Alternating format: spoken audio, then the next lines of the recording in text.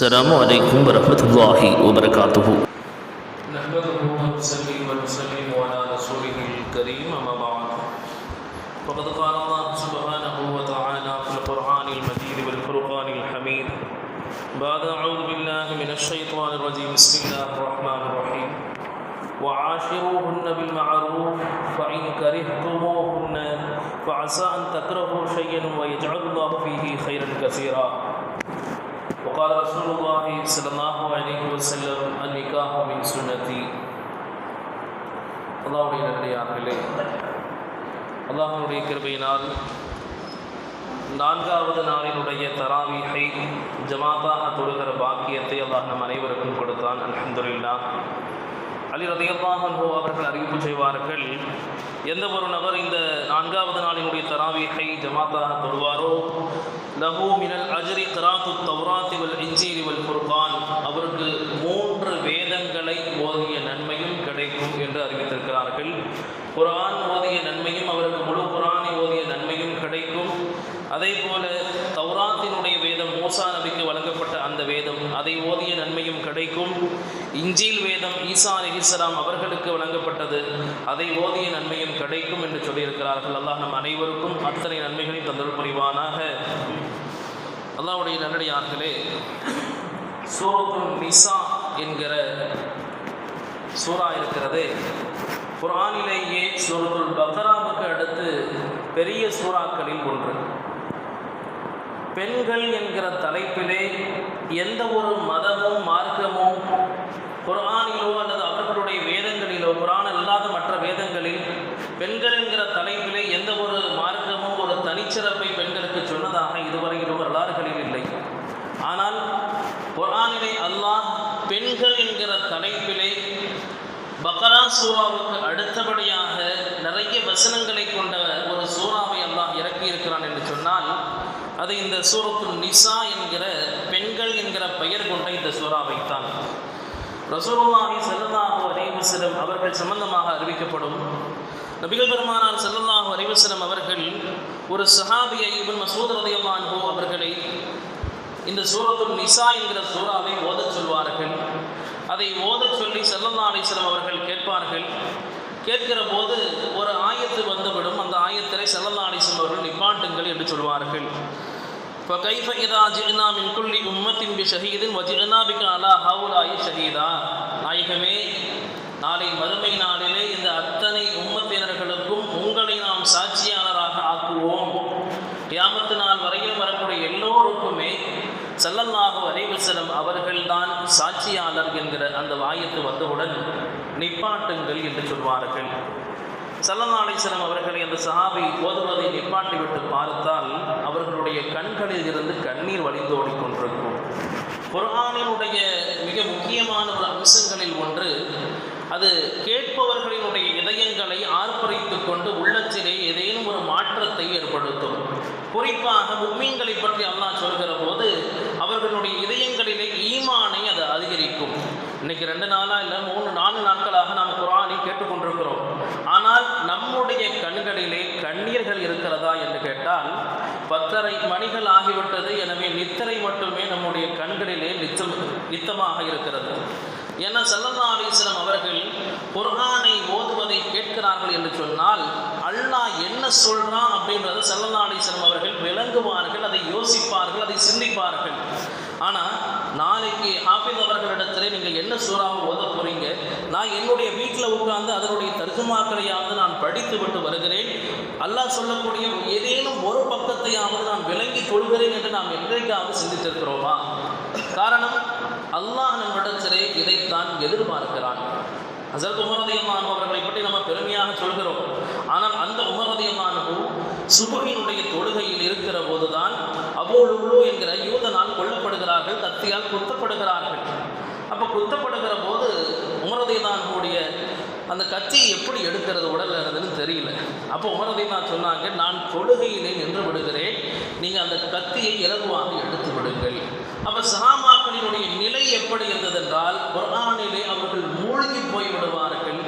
ஆனால் நம்முடைய இதயங்கள் இன்றைக்கு நேரமாகிக் கொண்டே போகிறது என்ற சிந்தனை மட்டும்தான் இருக்கிறது. அது மட்டுமல்லாது அல்லாஹு தஆலா பெண்களை பற்றி சொல்கிற போது கணவன் மனைவி என்கிற 2 கடமைகளையும் சொல்லுவான். சூரத்துல் நிசா அல்லாஹ் சொல்லும்போது, ஆண்களே நீங்கள் சக்தி பெற்றவர்களாக இருந்தால் 2 மனைவி அல்லது 3 மனைவி அல்லது 4 மனைவி வரையிலும் இஸ்லாம் உங்களுக்கு அனுமதித்திருக்கிறது. நீங்கள் நீதமாக அவர்களுக்கு மத்தியிலே நடந்து கொண்டால் மட்டுமே என்று அல்லாஹ் சொல்றான். பொதுவாக அல்லாஹ் தான் 4 பேர்த்தை கல்யாணம் பண்ணுங்கன்னு சொல்லவே கிடையாது. உங்களால் நீதம் செலுத்த முடிந்தால் நீங்கள் 4 கட்டுங்கள், இல்லை என்றால் 1 போதுமானதுன்னு சொல்லுவாங்க. அப்போ நல்ல கணவனுக்கு உண்டான உதாரணங்களாக 3 தன்மைகளை சொல்வார்கள். ஒரு நல்ல கணவன் தன்னுடைய கடமைகளை மட்டுமே கவனம் செலுத்தாமல் வீட்டினுடைய அலுவல்களிலேயும் மனைவியினுடைய கடமைகளிலேயும் கவனம் செலுத்த வேண்டும். இது முதலாவது விஷயம். ஏன்னா ஸல்லல்லாஹு அலைஹி வஸல்லம் அவர்களை பற்றி கேட்கப்படுகிறது. ஆயிஷா ரலியல்லாஹு அன்ஹா, நாயகம் ஸல்லல்லாஹு அலைஹி வஸல்லம் வெளியில் இருப்பாங்க, எப்படி இருப்பாங்க எங்களுக்கு தெரியும், ஆனால் வீட்டுக்குள்ளே வந்தால் எப்படி இருப்பாங்கன்னு கேட்கப்படுது. ஆயிஷா ரலியல்லாஹு அன்ஹா சொன்னாங்க, பெருமானார் எங்களுக்கு வீட்டு வேலைகளிலே ஒத்தாசை புரிவார்கள். ஃபாத்திமா ரலியல்லாஹு அன்ஹாவோடு ஸல்லல்லாஹு அலைஹி வஸல்லம் அவர்கள் தன்னுடைய மகள் தான் ரொட்டி சுடுகிறார்கள். ஃபாத்திமா ரலியல்லாஹு அன்ஹா அவர்களுக்கு ஸல்லல்லாஹு அலைஹி வஸல்லம் ரொட்டியை வாங்கி கொடுக்கிறார்கள். அந்த மாவை அடுப்பிலே போடுகிறார்கள். அடுப்பில் போட்ட மாவு வேகவில்லை. ஸல்லல்லாஹு அலைஹி வஸல்லம் அவங்கள்ட்ட ஃபாத்திமா ரலியல்லாஹு கேட்குறாங்க, நாயகமே என்ன இது வேக மாட்டேங்குது மாவு, நானும் பல ரொட்டிகள் சுட்டுட்டேன், நல்லா வெந்துச்சு, ஆனால் நீங்கள் எடுத்து கொடுக்குற மாவு வேகவில்லையே அப்படின்னு கேட்பாங்க. அப்போ ஸல்லல்லாஹு அலைஹி வஸல்லம் சொன்னாங்க, என்னுடைய கரம்பட்ட பொருளை நெருப்பு தீண்டாது. அப்போ அவ்வளவு பெரிய ஒரு பாக்கியம் நிறைந்த ஸல்லல்லாஹு அலைஹி வஸல்லம் மனைவிமார்களுக்கு ஒத்தாசை புரிகிறார்கள். தன்னுடைய வேலையை தானாகவே செய்து கொள்வார்கள் என்று சொன்னால் ஸல்லல்லாஹு அலைஹி வஸல்லம் அவர்களை போல நாம் உருவெடுக்க வேண்டும். ஏன்னா ஸல்லல்லாஹு அலைஹி வஸல்லம் அவர்கள்ட்ட 2 சஹாபைகளை நண்பர்களாக ஆக்கி வைப்பாங்க, ஃப்ரெண்ட்ஸாக, சகோதரர்களாக ஆக்கி வைப்பாங்க. ஒன்று சல்மான் பாரசி ரலியல்லாஹு அன்ஹு, பாரசீகத்திலிருந்து வந்தவர்கள். இன்னொருத்தங்க அபூ தர்தா ரலியல்லாஹு அன்ஹு என்கிற சஹாபி. அபூ தர்தா வீட்டுக்கு சல்மான் பாரசி ஒரு நாள் விருந்துக்கு போவாங்க. போனால் அவங்களுடைய மனைவி அழுக்கு ஆடைகளை போட்டுக்கொண்டு அபூ தர்தாவினுடைய மனைவி சொல்வாங்க, உங்களுடைய சகோதரர் அபூ தர்தா எங்களெல்லாம் கண்டுக்கிறாரு, அவர் வெறும் தொழுகை நோன்பு இப்படியே போய்கிட்டு இருக்கிறாருன்னு சொல்லுவாங்க. சரின்னு சொல்லிட்டு அபூ தர்தா ரலியல்லாஹு அன்ஹுவோடு சல்மான் பாரசி சாப்பிட உட்காருவாங்க. அப்போ அபூ தர்தா சொல்லுவாங்க, நான் நோன்பு வைத்திருக்கிறேன், நோன்பை நீங்கள் முடிச்சாதான் நான் உங்கள் வீட்டில் சாப்பிடுவேன். நாங்கள் உடனே நோன்பை முடித்து விட்டார்கள், சாப்பிட்டாங்க. நைட்டில் தூங்கினாங்க சல்மான் பாரசி. அபூ தர்தா எந்திரிச்சு தக்பீர் கட்ட ஆரம்பித்தாங்க.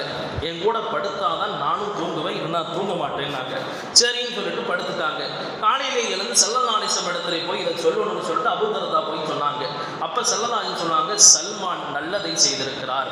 எப்படி உங்களுக்கு அல்லாஹ்வுக்கு செய்ய வேண்டிய கடமை என்று இருக்கிறதோ, வஇன்னலி ஜஸதிக அலைக ஹக்கா, உங்களுடைய குடும்பத்தார்களுக்கு செய்ய வேண்டிய கடமை என்றும் கடமை இருக்கிறது. அதனால் அந்த கடமையையும் நீங்கள் செய்ய தவறிவிடாதீர்கள் என்று சொன்னார்கள். அந்த அடிப்படையில் அவர்களுடைய தேவைகளையும் அவர்களுடைய நேரம் செலவிடுவதையும் ஒரு முஸ்லிம் தன்னுடைய கடமையாக கருத வேண்டும். இரண்டாவதாக சொன்னாங்க, எப்படி ஒரு ஆணுக்கு தன்னுடைய பொருளாதாரத்தில் ஜகாத்து கடமை இருக்கிறதோ, அதே போல மனைவியினுடைய பொருளிலே மனைவியின் மீது ஜகாத்து கொடுப்பது கடமையாக இருக்கிறது. அதை கணவன் தடுப்பதற்கு எந்த உரிமையுமே கிடையாது. கிதாமில் பதிவு செய்கிறாங்க ஒரு வரலாறு. ஒரு மனிதர் என்ன செய்கிறாரு, தன்னுடைய மனைவி இடத்துல எப்பயுமே நீ சதக்கா ஜகாத்து செய்யவே கூடாதுன்னு திட்டுறாரு. சரின்னு சொல்லிட்டு அந்த அம்மா கணவனுக்கு கட்டுப்பட்டு இருக்குது. கணவன் வெளியில் போயிருக்கக்கூடிய சமயத்தில் கணவனுக்கு தெரியாமல் ஏழைக்கு ஜகாத்து கொடுத்துறது. அந்த சமயத்தை பார்த்து அந்த கணவர் வந்து விடுகிறார். வந்த உடனே அவருக்கு சரியான கோபம். நீ என்னுடைய கோபத்திற்கு ஆளாகிவிட்டாய், அதனால் நீ என்ன செய்கிறன்னா தண்டனையை அனுபவிச்சே ஆகணும்னு சொல்லிட்டு அந்த அம்மாவை திட்டுறாரு. திட்டின உடனே அந்த அம்மா கோபத்தில் என்ன செய்யுது, சரி என்ன தண்டனை கொடுக்க போகிறீங்க, நெருப்பிலே உளுந்து செத்து போய் விடுங்கிறார். அப்போ அந்த அம்மா என்ன செய்யுது, தன்னுடைய எல்லா நகைகளையும் போட்டுக்கொள்கிறது. போட்டுட்டு நான் நெருப்பில் உழவ போகிறேன்னு சொல்லுது. அப்போ அந்த மனிதர் கேட்குறாரு, என்னம்மா நகைகள்லாம் போட்டுக்கிட்டு போய் நெருப்பில் உழுகிறேன், என்ன காரணம்? அப்போ சொல்லுச்சு அந்த அம்மா, நான் அல்லாஹ்வுக்கு தானே நான் ஜகாத்து கொடுத்தேன், சதக்கா கொடுத்தேன். அப்போ இந்த நகைகள் அல்லாஹ்வுக்கு சொந்தமானது, நான் அல்லாஹ்வை சந்திக்க தானே போகிறேன், அதனால் நான் நகைகளை போட்டுக்கொண்டு செல்கிறேன் அப்படின்னு சொல்லுது அந்த அம்மா. சரி, இவரும் நெருப்பில் போய் விட்டுட்டார். நெருப்பில் அந்த அம்மா 3 நாட்களாக நெருப்பு அடுப்பு எரிந்து கொண்டே இருக்கிறது, அந்த கொழுந்து விட்டு இருக்கிறது. அப்போ அந்த காலத்தினுடைய அந்த நெருப்பிலே அந்த அம்மா கருதுகிறார்கள். அப்போ 3 நாள் கழித்து அவர் அடுப்பை ஆஃப் பண்ணுறாரு, அந்த நெருப்பை அணைக்கிறார். அணைத்து பார்த்தால் அந்த அம்மா சிரித்து கொண்டே வருகிறார்கள். அப்போ அந்த அம்மாவுக்கு எதுவுமே ஆகலை. அப்போ மறைமுகத்திலிருந்து ஒரு வாசகம் அவருக்கு கேட்கிறது, என்னுடைய நேசர்களை நெருப்பு என்னைக்குமே தீண்டாது, அபூ ஈஸத் அல் பிஸ்தாமி என்கிற மிகப்பெரிய இறைநேசர் அவங்க சொன்னாங்க, அல்லாஹ்வினுடைய உண்மையான நேசர்களை பார்த்து நெருப்புத்தான் பயப்பட வேண்டும். அதனால்தான் அல்லாஹ் தஆலா இப்ராஹிம் அலைஹிஸ்ஸலாமை நெருப்பிலே போடுகிற போது அந்த நெருப்பு அவர்களை சுடுவதற்கு அஞ்சியது. காரணம், அல்லாஹ் அதற்கு உத்தரவு போட்டு விட்டான், என்னுடைய நேசரை இவரை எரிக்காது.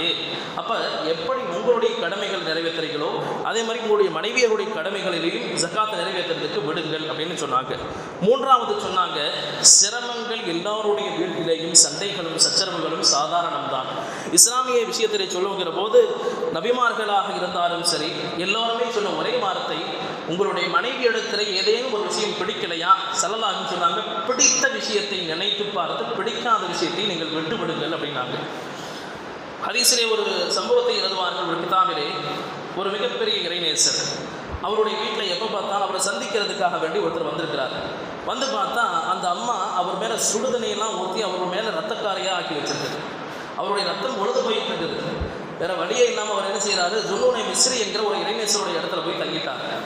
அப்போ இவரை பார்க்கலாமா வேணாமா? ஏன்னா இவரை பார்க்கறதுக்கு இவர் பெரிய இறைநேசர் நினச்சி நம்ம வந்தோம். ஆனால் அவருடைய வீட்டில் பெரிய போர்க்களமா அமர்க்களமா இல்லை இருக்குதுன்னு சொல்லிட்டு அவர் திரும்பி போயிடலாமான்னு யோசிக்கிறார். இல்லை காலையில் நம்ம பார்த்துட்டு தான் போகிறோம்னு சொல்லிட்டு சரின்னு சொல்லி பார்க்குறாரு. பார்க்குற போது அவர்கள் சொன்னார்கள், நான் இப்படித்தான் ஒரு நாள் கோச்சிட்டு போய் என்ன செஞ்சுட்டேன், துன்னூனை மிஸ்ரி என்கிற இறைநேசருடைய வீட்டில் தங்கிட்டேன். அப்போ அப்துர் ரஸாக் அல் ஹரவி என்கிற ஒரு மனிதரை நான் சந்தித்தேன். அப்போ அவர் வந்தாங்க. அவங்க ஒரு சம்பவத்தை சொன்னாங்க. ஒரு நபர் என்ன செய்கிறாரு, மிகப்பெரிய இறைநேசர், ஆனால் அவரை நான் பின்தொடர்ந்து சென்றேன். பின்தொடர்ந்து சென்றால் காட்டுக்குள்ளே போகிறாரு. காட்டுக்குள்ளே போய் விறகுகளை எடுத்து விறகுகளை கொண்டு வர்றது தான் அவருடைய வேலை. ஆனால் காட்டுக்குள்ளே போனால் அவருக்கு ஒரு சிங்கம் வேலை செய்து கொண்டிருக்கிறது. இவர் பாட்டுக்கு கால் மேலே கால் போட்டு உட்கார்ந்துருக்காரு. காட்டுக்குள்ளே இருக்கக்கூடிய சிங்கம் அவருக்கு விறகுகளை அடுக்கி கொண்டு தன்னுடைய முதுகிலே சுமந்து கொண்டு வருகிறது. சாயங்காலம் ஆனால் தெருவிலே அவருடைய வீட்டுக்கிட்ட கொண்டு வந்து விட்டுருது. அப்போ அவர்கிட்ட கேட்டாங்களா, நீங்கள் எப்படி இப்படி பெரிய ஒரு அந்தஸ்து அடைஞ்சிருக்கீங்க? அப்போ அவர் சொன்னாராம், நேற்று என்னை ரத்தக்கரையாக பார்த்தீங்கல்ல, அதனுடைய பிரதிபலன் தான் இது. சில சமயங்களிலே இறைவன் உலகத்திலே சில சோதனைகளை வைப்பான். அந்த அடிப்படையில் மனைவிகளின் மூலமாக சில சோதனைகளை எனக்கு வைத்திருக்கிறான். அதை நான் தாங்கிக் கொள்கிறேன். அதனால் இறைவன் எனக்கு உயர்ந்த அந்தஸ்தை கொடுத்திருக்கிறான்னு சொன்னாங்க. எனவே வல்ல ரஹ்மான் எதை நாம் கேட்டோம் அதுபடி வாழ்கிற தௌஃபீக் தந்தல் புரிவானாக. அஸ்ஸலாமு அலைக்கும் வரஹ்மத்துல்லாஹி வபரகாத்துஹு.